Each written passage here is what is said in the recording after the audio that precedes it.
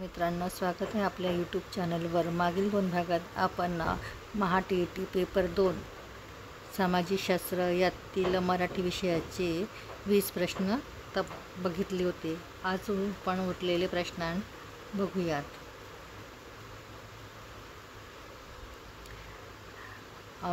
प्रश्न आहे, खालील उतारा वाचून त्या खालील विचारलेल्या प्रश्नांची उत्तरे लिहा। प्रश्न क्रमांक 22 ते 24 यामध्ये उतारा दिलेला आहे। चला तर सुरुवात करू उतारायला। दत्ताला अनेक गुरु होते। याचा अर्थ असा की माणसाला शिकायचं असेल तर त्याला सर्वत्र गुरु आणि शिक्षक भेटत असतात। जिज्ञासूर पर्वतातून प्रवचन आणि निर्झरातून संगीत ऐकायला मिळते असं पंडित नेहरूंनी सांगितलेलं आहे।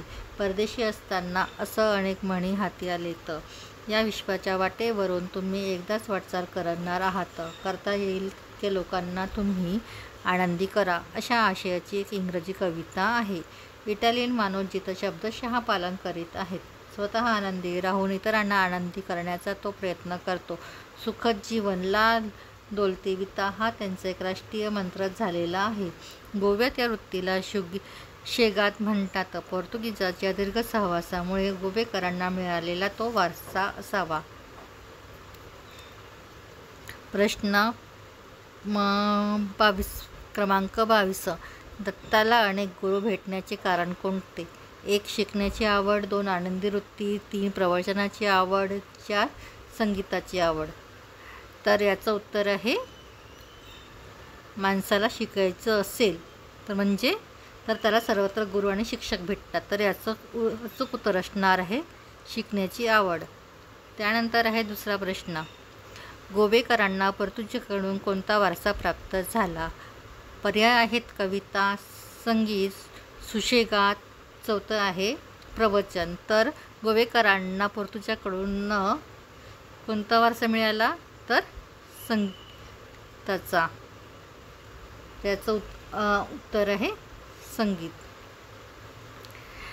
प्रश्न क्रमांक 23, इटालियनचा राष्ट्रीय मंत्र कोणता? इटालियनचा राष्ट्रीय मंत्र कोणता? उत्तर पर्याय आहेत तर पर्वतातून प्रवचन ऐकणे, निर्झरातून संगीत ऐकणे, तिसरं आहे कवितांचे वाचन करणे, चौथं आहे ला डोल्ते विता। तर याचं उत्तर आहे ला डोल्ते विता।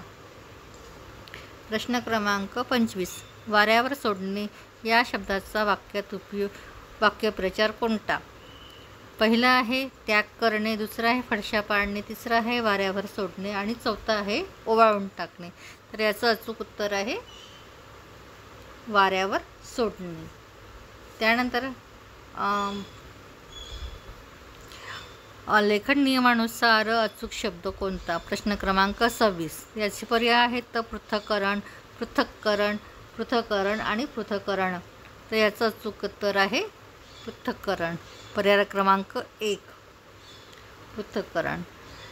प्रश्न क्रमांक 27, सला ते सला नाते हे विभक्ती प्रत्यय कोणत्या विभक्तीत आहेत? पर्याय आहेत द्वितीय, तृतीया, तृतीया, चतुर्थी, द्वितीया, चतुर्थी, प्रथमा, संबोधन। तर सला ते सला नाते हे कोणते याचे तिथं? तृतीया चतुर्थीमध्ये। तर अचूक उत्तर आहे तृतीया चतुर्थी। त्यानंतर आहे प्रश्न क्रमांक 28, वचनानुसार अचूक नसलेली शब्द जोडी ओळखा। तर आपल्याला इथे काय बघायचं आहे? अचूक नसलेली शब्द जोडी ओळखायची आहे। तर पर्याय बघूयात, भाषा भाषा, सभा सभा, भाषण भाषण, आज्ञा आज्ञा। तर हे तर बघा, भाषा एक वचन आहे, त्याचं बहुवचन काय होणार आहे? भाषाच होणार आहे। दुसरं आहे सभा सभा, सभा एकवचनमध्ये पण सभा येते आणि बहुवचनमध्ये देखील सभा असं आपण लिहित असतो। तर तिसऱ्या पर्यायामध्ये एकवचनामध्ये भाषण येतात आणि अनेक वचनामध्ये आपण बोलत असताना आपण भाषणे असं बोलतो। तर आणि चौथा पर्याय आहे आज्ञा। एकवचनमध्ये देखील आज्ञा येते आणि बहुवचनमध्ये देखील आज्ञा येतात। तर याचं अचूक नसलेली जोडी कोणती आहे? भाषण भाषणे.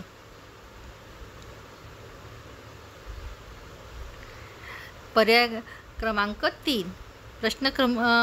बघूयात 29वा. क्रियापदाचे रूप नेहमी तृतीय पुरुषी नपुंसकलिंगी एकवचन व स्वतंत्र असणारा प्रयोग कोणता? पर्याय आहे कर्मणी, कर्तरी, भावे आणि कर्मकर्तरी. तर याचं उत्तर आहे भावे. त्यानंतर आहे प्रश्न क्रमांक 30. सुंदरा मनामध्ये भरली ही राम जोशी यांची रचना कोणत्या प्रकारची आहे? पर्याय आहेत पोवाडा, अभंग, संतवाणी, लावणी. तर सुंदरा मनामध्ये भरली, सुंदरा मनामध्ये भरली ही एक लावणी आहे. कोणता प्रकार आहे? लावणीचा. तर याचं अचूक उत्तर असणार आहे लावणी.